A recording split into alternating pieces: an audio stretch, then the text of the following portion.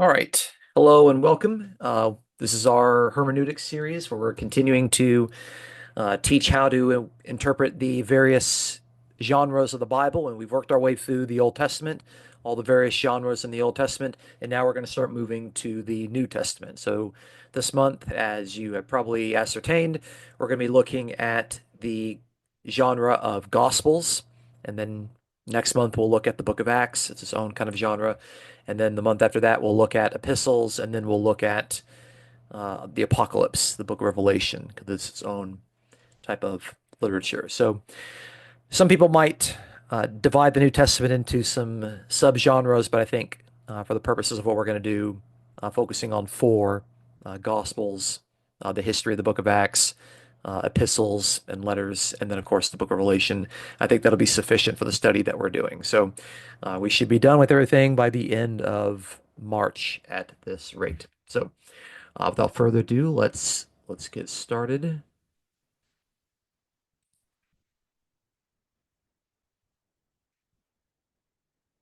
Okay.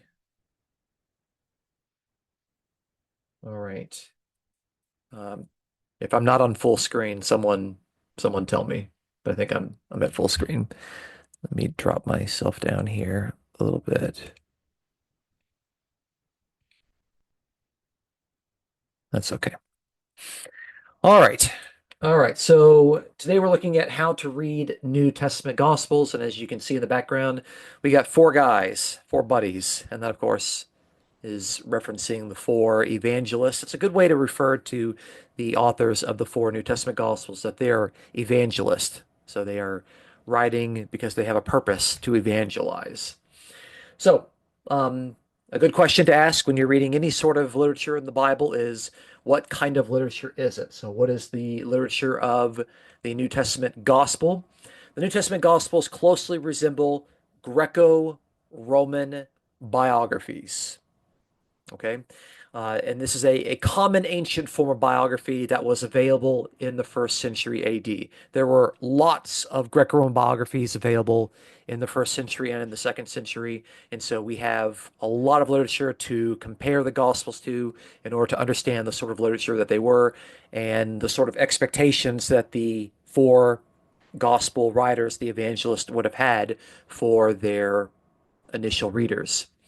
So Plutarch, who lived from the middle of the first century on into the second century, he wrote 48 biographies in Greek. 48 of these Greco-Roman biographies. So you can see he lived through the first century. He lived through the early church and many of the emperors in the first century. We're going to be drawing on one of them here, on one of Plutarch's biographies.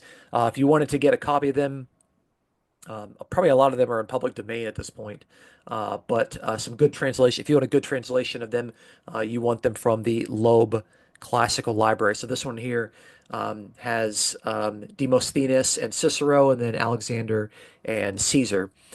What Plutarch does is that he actually takes two of them and he compares and contrasts them.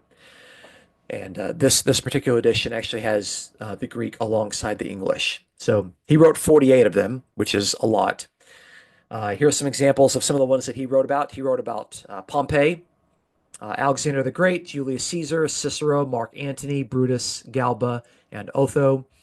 Many of those are emperors in their own right, at least particularly Galba and Otho. So you can see these are famous persons that these writers are taking the time to write biographies about.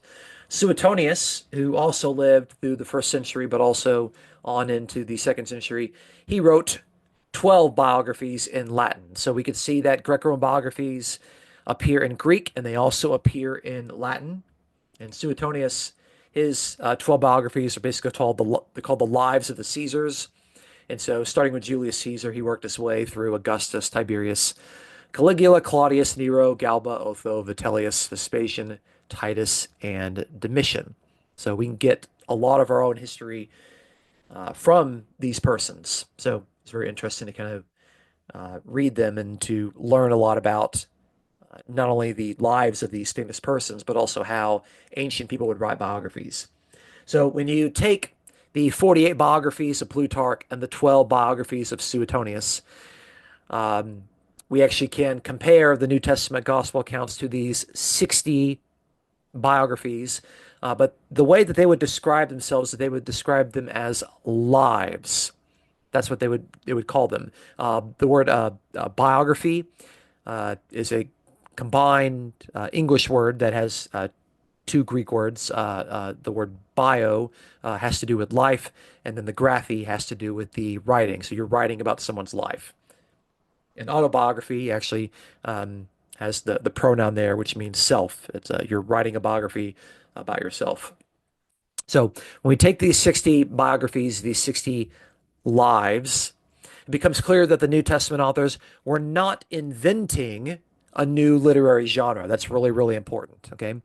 But the New Testament writers were writing accounts of the life of Jesus in the common literary style of ancient biographies. When we compare Matthew, Mark, Luke, and John to the works of Plutarch and Suetonius, I could, if I wanted to get up, I can go over there and grab a copy of Suetonius. When we compare them, we can see that the New Testament authors are deliberately writing within this particular literary genre. They're doing some new things uh, because, of course, they believe that their particular subject is still living right now because he's been raised from the dead. So that's something that's really distinct about them, but that's something that's distinct about Jesus when compared to every other human being. So when I say that the New Testament Gospels are biographies, we have to contrast them from modern biographies because when I tell people, when I tell students, when I tell freshman New Testament students that the Gospels are ancient biographies, they say, oh, okay, I know what a biography is because I've read biographies of Martin Luther King Jr. or biographies of Abraham Lincoln or Winston Churchill. But those are modern biographies, and there's some very specific differences between modern biographies and ancient biographies that we need to be aware of. Otherwise, we're just going to import our understanding of biographies into the New Testament. So, ancient biographies focus on the subject's public life. That's the key thing. It's the public life that the ancient biographies were concerned about. But modern biographies are interested in the subject's personal life and their private life. Okay, so we don't know much about Jesus's personal life and his private life, but we know a lot about his public life, his speeches, his sermons, his deeds, his miracles, the conversations that he had with him. You can see the Gospels are very much concerned with his public life. Okay, so if they don't tell us much about the personal and private life, it's not that the Gospel writers are leaving things out, it's that ancient biographies were not concerned about that. Ancient biographies purposefully stylized the subject as a particular character, like a holy man, a politician, a general, or a philosopher. And so you can think about the Gospels, in what way are they trying to portray Jesus? Well, they are portraying him as a holy man, but they're also portraying him as a king. So you kind of have like a general there is kind of similar to that politician. There might be some overlap of that with Jesus as well. But modern biographies, they actually try to give all sides of a character's personality. Okay, so you can already see the gospel writers are purposefully stylizing Jesus in order to fit a particular role. So characters in ancient biographies are static, meaning that they're unchanging in their character, but modern biographies tend to show how someone grows and they change their interest. So we could see that Jesus is going to be focused and he's going to be resolute. He's going to be an obedient son. He's going to be focused on what he needs to do in order to get to the cross. But he's not going to be changing his mind. He's not going to be wavering in his commitment because these ancient biographies are trying to portray someone who's kind of like an ideal holy man or an ideal politician or an ideal philosopher. Most importantly, probably the most important thing that I'm going to say today is that ancient biographies had the freedom to arrange their events topically or for a given purpose. So they had the freedom to take the contents and to organize them based on a particular topic or to provide a given purpose in their own writing. So the author's intended portrayal was far more important than strict chronological accuracy. I'm going to say that again. The intended portrayal of these ancient biographers, that was actually more important than to give a chronological accuracy. So whenever we're picking up Mark or John or Plutarch's Life of Alexander, we shouldn't expect that it's going to give us a strictly chronological account. That's not what they were intending to do. Now, it might portray things chronologically, but we shouldn't assume that automatically. We should actually assume that they're going to organize things in a way that uh, shows particular topics. But modern biographies pretend usually portray things chronologically. So, what I thought it would be good for us to do is to actually just open up and to look at the opening paragraph or the opening page of one of Plutarch's biographies, and you can get a sense as to the sort of things that he's saying and how they would compare to kind of the opening of one of our gospels. Okay, so this is Plutarch's chapter 1, verse 1 of his Life of Alexander the Great. And so you got the Greek on the left and the English on the right. And so I'm just going to read from the English, and I might point out a couple of the Greek things. So Plutarch says, "It is the life of Alexander the king and of Caesar, who overthrew Pompey, that I'm writing in this book. And the multitude of the deeds to be treated is so great that I shall make no other preface than to entreat my readers, in case I do not tell of all the famous actions of these men, nor even to speak exhaustively at all in each particular case, but in epitome, for the most part, not to complain." Okay, so he's saying, look, I don't want you to complain, readers, because I can't tell you everything that these guys have done. I can't tell you everything that they've said. So he's like, just bear with me, okay? You know, don't complain. Okay, let's go on. For it's not histories that I'm writing, but lives. Okay, and that's an important distinction there. He's actually writing a biography, and in the Greek, it's the word vius, the word for biography. Okay, he said, I'm not writing to you a history book. I'm writing to you a life, a biography of this. And in the most illustrious deeds, there is not always a manifestation of virtue or vice. Nay, a slight thing like a phrase or a jest often makes a greater revelation of character than battles where thousands fall or the greatest armaments or sieges of cities. So here he's saying that sometimes you can look at just the little things that someone says, like a small phrase, a small sentence, or a small jest, and you can learn a lot more about someone than these great deeds that they have done. And again, compare this to the Gospels, that they're very much focused on these little sayings of Jesus, these little beatitudes, or these little lines, or he's got these kind of witty comebacks with people, and we can learn a lot about that. Well, that's the sort of thing that would be focused on in these ancient biographies. Let's move on. Accordingly, just as painters get the likenesses in their portraits from the face and the expression of the eyes, wherein the character shows itself, but make very little account of other parts of the body, so I must be permitted to devote myself rather to the signs of the soul in men, and by means of these to portray the life of each, leaving to others the description of their great contest. So he's telling you, he's like, look, when someone's painting a picture, they don't give, head to toe. They just focus on the face and the things that are important. And he's like, in the same way, I'm going to focus on the things that are important, and I'm going to leave all the other details to other people. So we can already see that these ancient writers, they're selective. They're focused on the things that are really important. They're not being exhaustive, and they're deliberately not telling you a boring history account. They're telling you the life of this particular person. Okay? It's intentional, it's stylized, and he's deliberately writing to his readers in a way that he wants the readers to understand where he's coming from. Okay? He assumes that his readers are going to understand what he's saying. And then when he moves out of his preface, he says, as for the lineage of Alexander, on his father's side, he was a descendant of Heracles through Chironus, and on his mother's side, a descendant of Acus through Neoptolemus. This is accepted without any question. And we are told that Philip is his father, where the city of Philippi, by the way, is named after Philip of Macedon, Alexander the Great's father. So you can see he starts off with this kind of a genealogy, just like we see in Matthew and in Luke. Okay, so I think we can get a lot out of that. Again, this is a biography. It's very similar to what we have in our New Testament.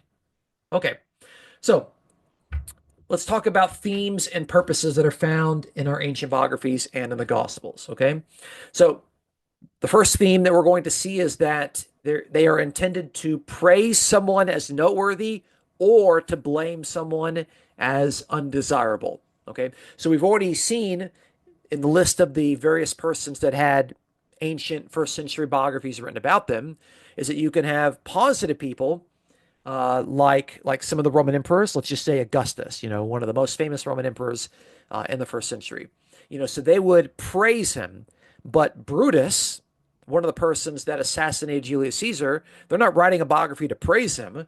They're going to write a biography to blame him as someone who is undesirable. Okay, so when we think of the New Testament Gospels, are they trying to praise him as someone who's noteworthy, or are they trying to blame him as someone who's undesirable? Well, clearly, the four New Testament Gospels are trying to portray Jesus as someone who is noteworthy. So, ancient biographies, they were never neutral in the presentation of their facts. Okay, it's either a positive spin or a negative spin. Okay, number two, to use the subject as a model for teaching purposes, focusing on what type of behavior is good or bad. So again, Augustus has all of this virtue. He has this sort of patriotism, this sort of love for country, this desire to not force his rule over a lot of people. So they would write biographies about him in order to use him as a positive teaching model. But someone like Brutus, who was treacherous, who was someone that's untrustworthy. That's the kind of behavior that's not good. Okay. And so the focus really had more to do with the response of the reader than it actually had to do with their portrayal of history. So again, these writers are trying to get the readers to look at the subject as a model to either emulate or someone to avoid acting like that person. So when it comes to the New Testament gospel accounts, the depiction of Jesus aims to place his behavior. What did Jesus do? Well, he obeyed the will of God. He was an obedient son. So that sort of behavior is the behavior that the readers are supposed to pursue. The writers are writing the gospels deliberately to portray Jesus as a model to emulate. They're meant to be obeyed. They're meant to be read and put into practice in their life, which is why the whole idea of dispensationalism, which says that the Gospels aren't really for Christians, or some people saying the Gospels belong in the Old Testament, they're just completely ripping the Gospels out of their own literary and genre context. So Jesus is an example for the readers who presumably are disciples of Jesus or interested in becoming disciples. Most people aren't just going to pick up Gospels in the first century because they have no idea what it is. They're reading it because they're being copied in churches and they're being used by Christians for Christians. Number three, the purposes of ancient biographies were to persuade the reader to think and to behave in certain ways. And number four, they were to highlight the actions and words of a particular figure in deliberate contrast with another person, another group, or another sect. Okay? So, again, if they're writing a biography about Julius Caesar, they're going to contrast him from his murderer, Brutus. Brutus and Cassius, by the way. So when it comes to the New Testament Gospels, we could think, okay, are they trying to portray Jesus as a particular figure that is contrasted with other figures, other persons or groups or sects? Sometimes it's pretty easy to see this. Okay, so the Pharisees are a group or a sect that the author of Matthew is trying to get you to not listen to.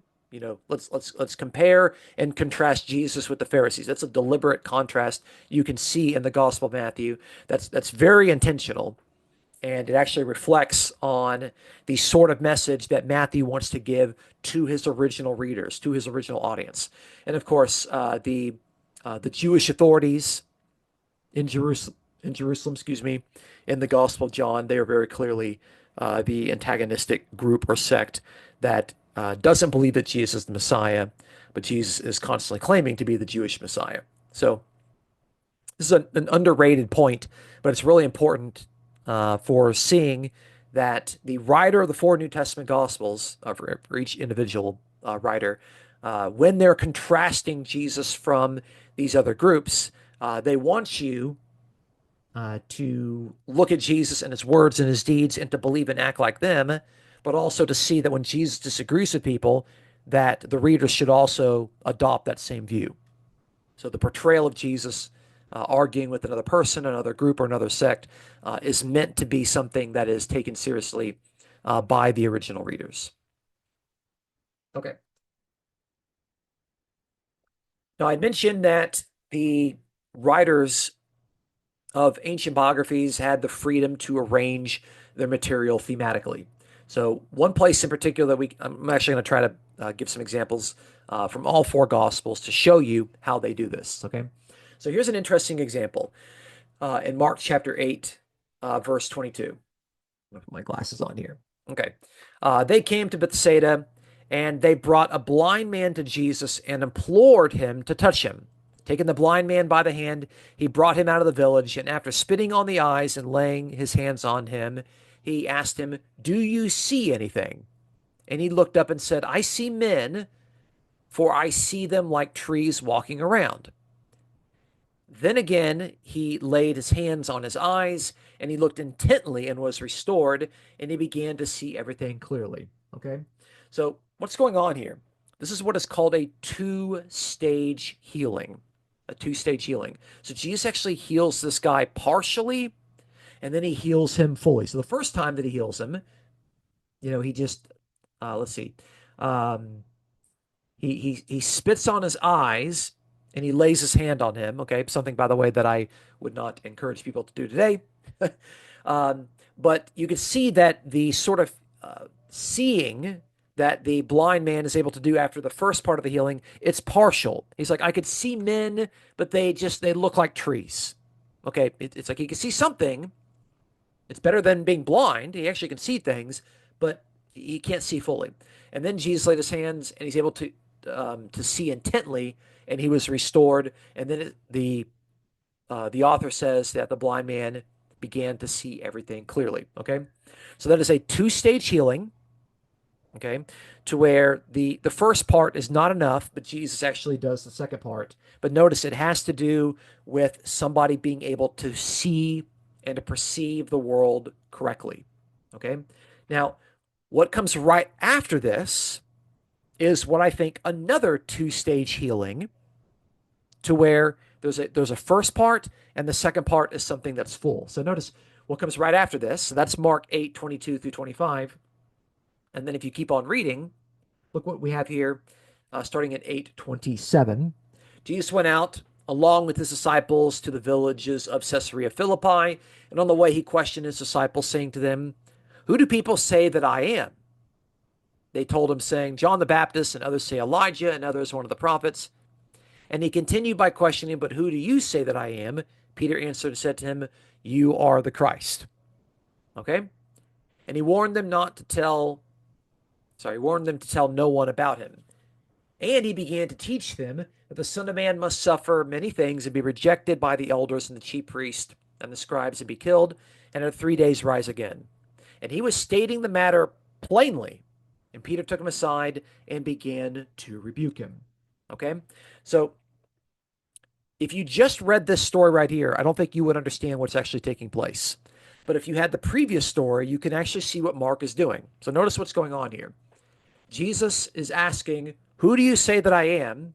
And Peter says, "You are the Christ." Okay? That's good. Okay? That's true. Okay? However, just acknowledging that Jesus is the anointed king of God's kingdom is not enough. Because Jesus also wants them to believe that the king of the kingdom of God is someone that's going to be a rejected figure, a suffering figure, someone who's going to die, and someone who's going to be raised from the dead. Now, Peter gets the first part. But the second part, what does Peter do? Does he understand it? Does he see clearly? No, he doesn't. Peter took him aside and began to rebuke him. So you see what's going on here? We can see that there's a two-stage Christology that's going on here. The first part, Peter's able to see.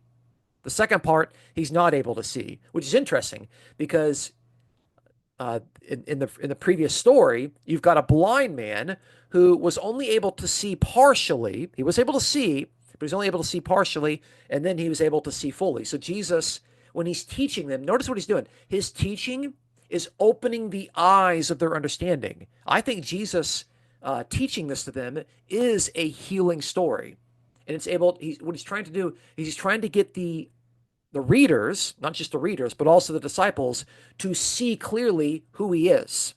Yes, it's true that Jesus is the Christ, but that's only part of it. If you only understand Jesus to be the Christ, then you see a little bit, but you don't see clearly. But when Jesus is able to say the Christ is going to be a rejected figure, and it says Jesus was stating the matter plainly, clearly, so they can see it. He was saying it to them. And then, of course, Peter, the person who's able to see the first part, is not able to see the second part. That's a two-stage healing. But the healing is Jesus teaching them the truth about who he is and about Christology. But if you only read that part there in Mark chapter 8, 27 through 32, and you didn't read the previous part, I don't think you would connect what's going on. So this is an underrated way in which Mark wants you to read the story about who do you say that I am right after the story of the two-stage healing, so that you can see that Jesus teaching about his own Christology is a story about healing.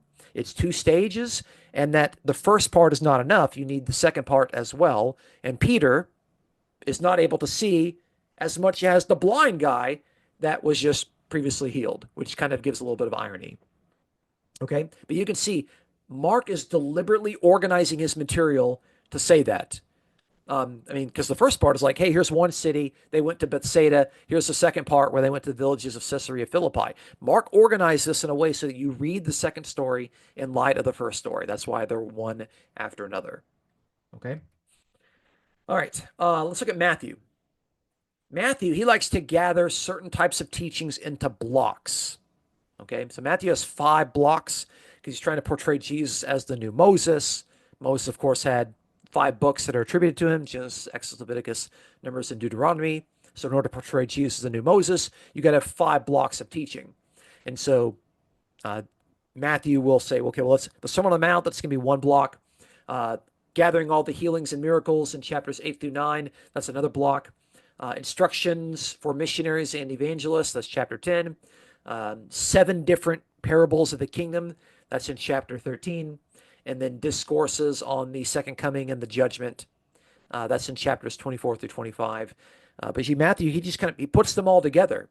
And if you're reading through it, if you think it's chronological, you might get the impression that Jesus did all of his healings in one day. Then he did all of his miracles in another day. And then he gave parables of the kingdom all in one day. And then he talked about the second coming all in one day. But that's just Matthew organizing intentionally his material so that you can see this Christological portrayal of Jesus as the new Moses.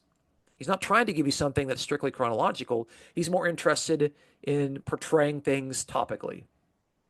Luke knows that his gospel, the Gospel of Luke, is the first of a 2-volume set, Luke and the book of Acts. And so Luke is going to write things in Luke knowing that it's going to set up things in the book of Acts. So I'm going to show you how this works, okay? So in Luke chapter 21, verse 27, Jesus says, then they will see the Son of Man coming in a cloud, singular, coming in a cloud with power and great glory, okay? But in Mark's version, in Mark chapter 13, verse 26, it says clouds, coming in clouds. There shouldn't be an apostrophe there. But so why did Luke change Mark? Because Luke used Mark as a source. Why did Luke take Mark, which had a plural clouds, and then change it to a singular? Why would he do that? Well, it's because he's anticipating something that's going to happen in the book of Acts. So look here in Acts chapter 1 about the ascension and the second coming. In Acts chapter 1, verse 9, and after he had said these things, he was lifted up while they were looking on, and a cloud, singular, received him out of their sight. And as they were gazing intently into the sky, While he was going, behold, two men in white clothing stood before them, and they said, Men of Galilee, why do you stand looking into the sky? This Jesus who has been taken up from you into heaven will come in just the same way as you have watched him go into heaven. Okay? So the ascension has Jesus being taken up in a single cloud. And so Luke is going to say the Son of Man is going to come back in a single cloud because the angels had showed up and said Jesus is going to return in the same way that he came. Okay. So people have asked, why is it that sometimes Luke and Matthew are a little bit different than Mark? I think you have to ask the question, why did those authors feel the need to change that? And here's one of these things to where Luke is deliberately arranging his material because he had Mark as a source. He's deliberately arranging his stuff in the Gospel of Luke because he wants to set up things in the book of Acts. And there are a variety of times that actually happens. So um, they're the kind of thing that you have to be like really insightful to see. But I'm just giving you one example here that I think is kind of interesting. Okay, so we've looked at Mark, we've looked at Matthew, we've looked at Luke. What about John? Well, John is going to arrange his discourses in terms of someone who is regularly misunderstood. So there's a theme in the Gospel of John called the theme of misunderstanding. It appears roughly 18 times. That's a lot for a 21 chapter book. And so this is how the theme of misunderstanding appears in the Gospel of John. Number one, Jesus is going to make an ambiguous statement. Number two, the conversation partner, whether it's an opponent of Jesus or whether it's one of the disciples, they're going to misunderstand what Jesus just said. And they're going to misunderstand it specifically by either interpreting it literally or by asking an inappropriate question. And the third part is that either Jesus or the narrator explains the statement, although sometimes this is just missing because it's just obviously implied. So where does this appear? Well, I'll give you the first example. The first example to see this is in John chapter 2, where Jesus is cleansing the temple. And again, a lot of people have said, well, the cleansing of the temple happens at the beginning of the ministry in the Gospel of John, but it happens at the end of the ministry in Matthew, Mark, and Luke. And we've wondered, how do you reconcile that? Some people have said, well, you now have to have two cleansing of the temples. But I think this is missing the point because we've already learned that the gospel writers had the freedom to rearrange their sources. And so John is going to take the event that happened at the end of his ministry and he's going to place it at the beginning of his gospel because he wants to contrast Jesus from the temple in a variety of interesting ways. So we shouldn't assume that just because Jesus cleansed the temple at the beginning of the Gospel of John, that's something that happened at the beginning of his ministry. That's to assume that these writers are writing with chronological strictness. They're not. They're arranging their sources thematically and purposefully. So in this one right here, Jesus answered them, destroy this temple, and in 3 days I will raise it up. That's the first part. So Jesus is going to make an ambiguous statement. Destroy this temple. In 3 days, I'm going to raise it up. Okay. His dialogue partner, his conversation partner, here it's the Jews, they said, it took 46 years to build the temple, and you're going to raise it up in 3 days? Okay. So what do? They've misunderstood him by interpreting him literally. Okay. And you see the narrator jumps in, gives you the third part, but he was speaking of the temple of his body. Okay, so this is the very first time that we have the theme of misunderstanding in the Gospel of John. It's very clear to see. You can see step one, Jesus says the statement. Step two, he's misunderstood by being interpreted too literally. Step three, the narrator comes in and explains what Jesus meant. Okay, and what do you see? You see that Jesus is seeing himself as the new temple. That's something that the Gospel of John wants to show you right from the beginning, which is why I think he is placing the cleansing of the temple at the beginning of his gospel when it almost certainly happened a few days before Jesus' crucifixion. Okay, so a lot of these things hopefully are helping you to kind of put some pieces together. Maybe you already knew all these things. I'm not sure, but hopefully this will be helpful to some people. Okay, so how should we read the New Testament Gospels? I think this is my last slide. Yes. Okay. Last slide. Okay. So, how should we read the New Testament Gospels? What are some tips for you to walk away with so that you could be equipped to read these Gospels as responsible interpreters of history and inform people by ancient Greco-Roman biographies? Number one, God gave the church four accounts of the life and teaching of Jesus. So we should respect that decision and not try to blend the four into a single version of the story. What do I mean by this? We shouldn't take all four gospels and just say, well, let's just kind of like put them all together and try to harmonize everything so that we actually have one story. But God didn't give you one story. God didn't give the church one gospel. If he wanted to, he could have done that, but he didn't. He allowed there to be four gospels. I think he influenced these authors to write four gospels, and these gospels were preserved and they were collected together into our sacred collection of scripture. And so we should respect the fact that God has allowed there to be four different accounts of the life and teachings of Jesus. And so we need to read them as four separate accounts and not combine them all together. So that's the thing, is the first thing in reading for the New Testament Gospels is to read and respect each of them individually. Don't try to clam them all together and put them into a blender and then, pour it out into, one single story. Right?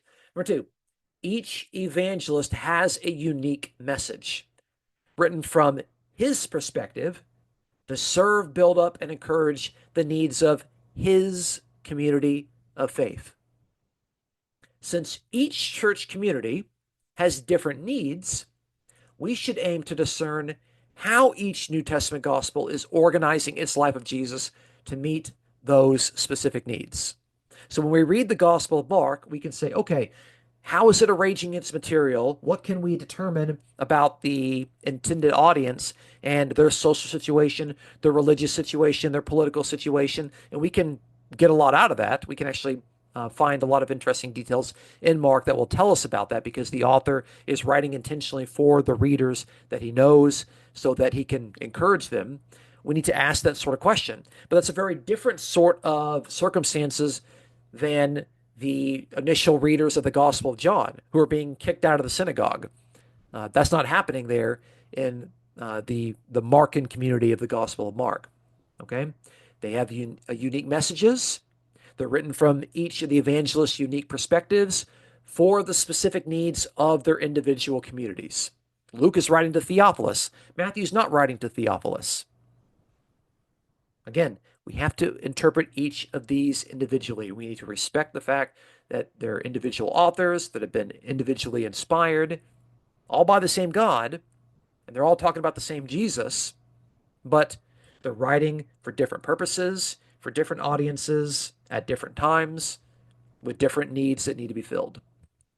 Number three, since the New Testament Gospels follow the literary convention of intentionally portraying their subjects as someone to follow and imitate, we should value theology and practical application more than the details of chronology and history.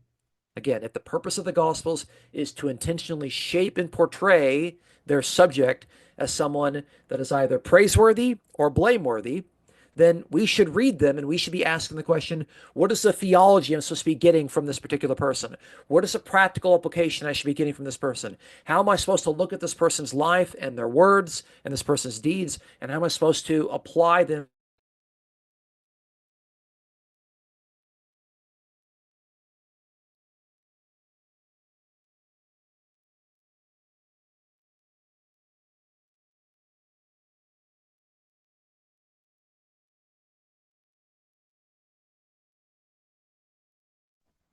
Let me see if I can do that.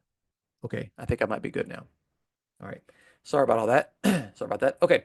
Um, yeah. So since the gospel writers are intentionally trying to portray Jesus as someone they're supposed to imitate, then the theology and the practical application, that's far more important than the details of history and chronology. Now, you can get chronology and history out of these works, but the writers are not intentionally trying to give you that, at least from the purpose of the literary genre. Remember Plutarch writing about Alexander? He says, I'm not writing to you history, I'm writing to you a biography right now. So we have to respect the Gospels for what they are, and we have to draw out of them what the writers were trying to give to their original audiences and not try to extract things that they were never trying to tell the readers in the first place. Okay, so I'm going to stop the recording now and appreciate you for watching. Got any questions? Let us know and I'll be happy to help you. Hopefully, this has been beneficial. Thanks for watching and take care. Let's see.